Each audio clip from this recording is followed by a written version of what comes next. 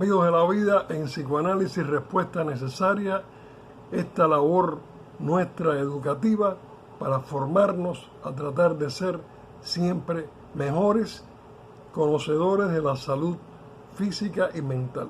Vamos a seguir con Freud hoy con algo muy interesante, con un capítulo extremadamente interesante donde vamos a poder encontrar verdaderamente análisis increíbles del maestro desde aquella época en la cual él avisoraba el futuro. Veamos esto. Habíamos quedado en el capítulo anterior de que podemos al menos superar algunos pesares. Estamos hablando del sufrimiento, estamos hablando del aislamiento, estamos hablando de la felicidad y estamos hablando de la belleza.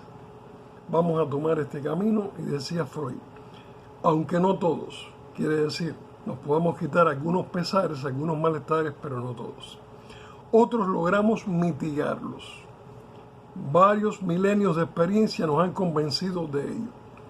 Muy distinta es nuestra actitud frente al tercer motivo de sufrimiento, el de origen social. Nos negamos en absoluto a aceptarlo, no atinamos a comprender por qué las instituciones que nosotros mismos hemos creado no habrían de representar más bien protección y bienestar para todos. Sin embargo, si consideramos cuán pésimo resultado hemos obtenido precisamente en este sector de la prevención contra el sufrimiento, comenzamos a sospechar que también aquí podría ocultarse una porción de la indomable naturaleza, tratándose esta vez de nuestra propia constitución psíquica. Aquí podemos ver cómo el gran maestro que no se ocupó de cuestiones políticas ya está presentando un malestar social evidente, construido por nosotros mismos, que esa es la gran incógnita. Nosotros tenemos que averiguar por qué nosotros mismos hemos hecho esta soga, por qué la hemos construido nosotros mismos, o por qué los mismos nuestros las han construido para nosotros. Seguimos aquí. Sin embargo, si consideramos cuán pésimos resultados hemos obtenido precisamente en este sector de la prevención contra el sufrimiento, comenzamos a sospechar que también aquí podría ocultarse una porción de la indomable naturaleza, tratándose esta vez de nuestra propia constitución psíquica. A punto de ocuparnos en esta eventualidad, nos topamos con una afirmación tan sorprendente que retiene nuestra atención. Según ella, nuestra llamada cultura llevaría gran parte de la culpa por la miseria que sufrimos y podríamos ser mucho más felices si la abandonásemos para retornar a condiciones de vida más primitivas. Califico de sorprendente esta aseveración, decía Freud, porque cualquiera sea el sentido que se dé al concepto de cultura, es innegable que todos los recursos con los cuales intentamos defendernos contra los sufrimientos amenazantes proceden precisamente de esa cultura. ¿Por qué camino habrán llegado tantos hombres a esta extraña actitud de hostilidad contra la cultura? Creo que un profundo y antiguo disconformismo con el respectivo estado cultural constituyó el terreno en que determinadas circunstancias históricas hicieron germinar la condenación de aquella. Me parece que alcanzo a identificar el último y el penúltimo de estos motivos, pero mi erudición no basta para perseguir más lejos la cadena de los mismos en la historia de la especie humana. En el triunfo del cristianismo sobre las religiones paganas ya debe haber intervenido tal factor anticultural, teniendo en cuenta su íntima afinidad con la depreciación de la vida terrenal implícita en la doctrina cristiana. El penúltimo motivo surgió cuando, al extenderse los viajes de exploración, se entabló contacto con razas y pueblos primitivos. Los europeos, observando superficialmente e interpretando de manera equívoca sus usos y costumbres, imaginaron que esos pueblos llevaban una vida simple, modesta y feliz, que debía parecer inalcanzable a los exploradores de nivel cultural más elevado. La experiencia ulterior ha rectificado muchos de estos juicios, pues en múltiples casos se había atribuido tal facilitación de la vida a la falta de complicadas exigencias culturales, cuando en realidad obedecía a la generosidad de la naturaleza y a la cómoda satisfacción de las necesidades elementales. En cuanto a la última de aquellas motivaciones históricas, la conocemos bien de cerca. Se produjo cuando el hombre aprendió a comprender el mecanismo de las neurosis que amenazan socavar el exiguo resto de felicidad accesible a la humanidad civilizada. Fíjense, ya desde esta época, Freud está ya dándose cuenta, nos está advirtiendo que muy poco vamos a poder disfrutar de nuestra civilización, de nuestra, pudiéramos decir, sociedad, ¿ok? Porque estamos complicando las cuestiones, no estamos teniendo una correspondencia directa y sana con la naturaleza, amigos de la vida. En cuanto a la última de aquellas motivaciones históricas, la conocemos bien de cerca.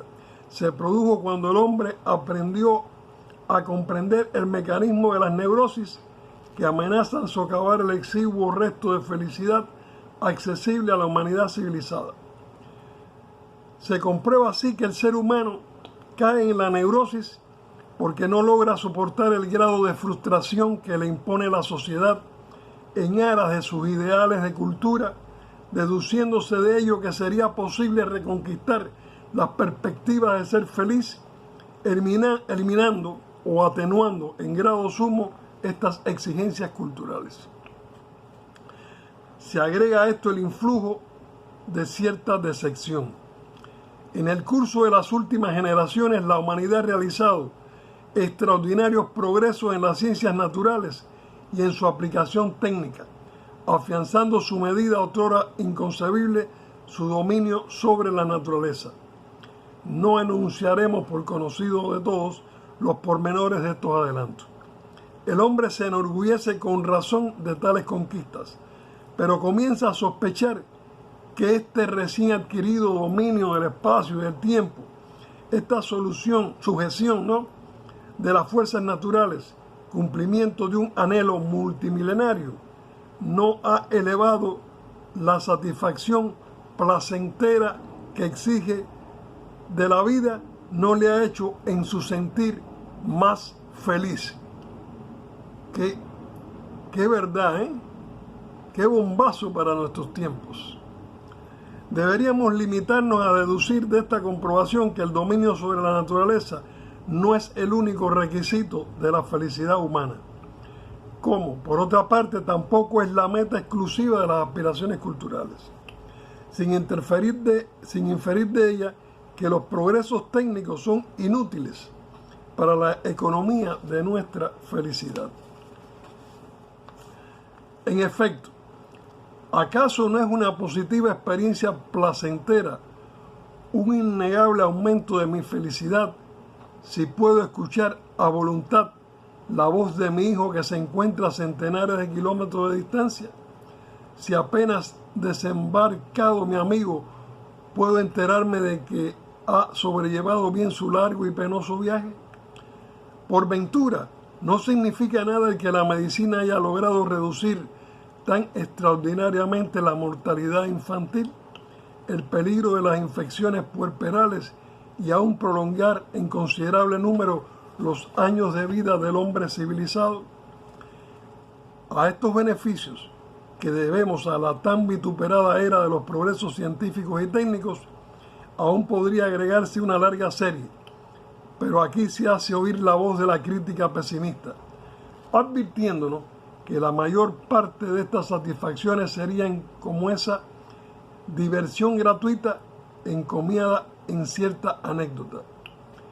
No hay más que sacar una pierna debajo de la manta desnuda en fría noche de invierno para poder procurarse el placer de volverla a cubrir. Repito, no hay más que sacar una pierna desnuda debajo de la manta en fría noche de invierno para poder procurarse el placer de volverla a cubrir. Sin el ferrocarril que supera la distancia, nuestro hijo jamás habría abandonado la ciudad natal y no necesitaríamos el teléfono para poder oír su voz. Sin la navegación transatlántica, el amigo no habría emprendido el largo viaje y ya no me haría falta el telégrafo para tranquilizarme sobre su suerte. ¿De qué nos sirve reducir la mortalidad infantil si precisamente esto nos obliga a adoptar máxima prudencia en la procreación? De modo que a fin de cuentas, tampoco hoy criamos más niños que en la época previa a la hegemonía de la higiene. Y en cambio hemos subordinado a penosas condiciones nuestra vida sexual en el matrimonio, obrando probablemente en sentido opuesto a la benéfica selección natural. ¿De qué nos sirve por fin una larga vida si es tan miserable, tan pobre en alegrías y rica en sufrimientos, que solo podemos saludar a la muerte como feliz liberación? Parece indudable, pues, que no nos sentimos muy cómodos en nuestra actual cultura, pero resulta muy difícil juzgar en qué medida los hombres de antaño eran más felices, así como la parte que en ellos tenían sus condiciones culturales. Siempre tenderemos a apreciar objetivamente la miseria, es decir, a situarnos en aquellas condiciones con nuestras propias pretensiones y sensibilidades para examinar luego los motivos de felicidad o de sufrimiento que hallaríamos en ellas. Esta manera de apreciación, aparentemente objetiva porque abstrae de las variaciones a que está sometida la sensibilidad subjetiva, es naturalmente la más subjetiva que puede darse, pues en el lugar de cualquiera de las desconocidas disposiciones psíquicas ajenas coloca la nuestra. Pero la felicidad es algo profundamente subjetivo. Pese a todo el horror que puedan causarnos determinadas situaciones, la del antiguo Galeote, del siervo en la guerra de los 30 años, del condenado por la Santa Inquisición, del judío que aguarda la hora de la persecución, nos es, sin embargo, imposible colocarnos en el estado de ánimo de esos seres, intuir los matices del estupor inicial, el paulatino embotamiento, el abandono de toda expectativa, las formas groseras o finas de narcotización de la sensibilidad frente a los estímulos placenteros y desagradables. Ante situaciones de máximo sufrimiento, también se ponen en función determinados mecanismos psíquicos de protección. Pero me parece infructuoso perseguir más lejos este aspecto del problema. Hasta aquí hoy seguimos con los análisis freudianos sobre la felicidad y el aislamiento, los adelantos, etcétera, etcétera.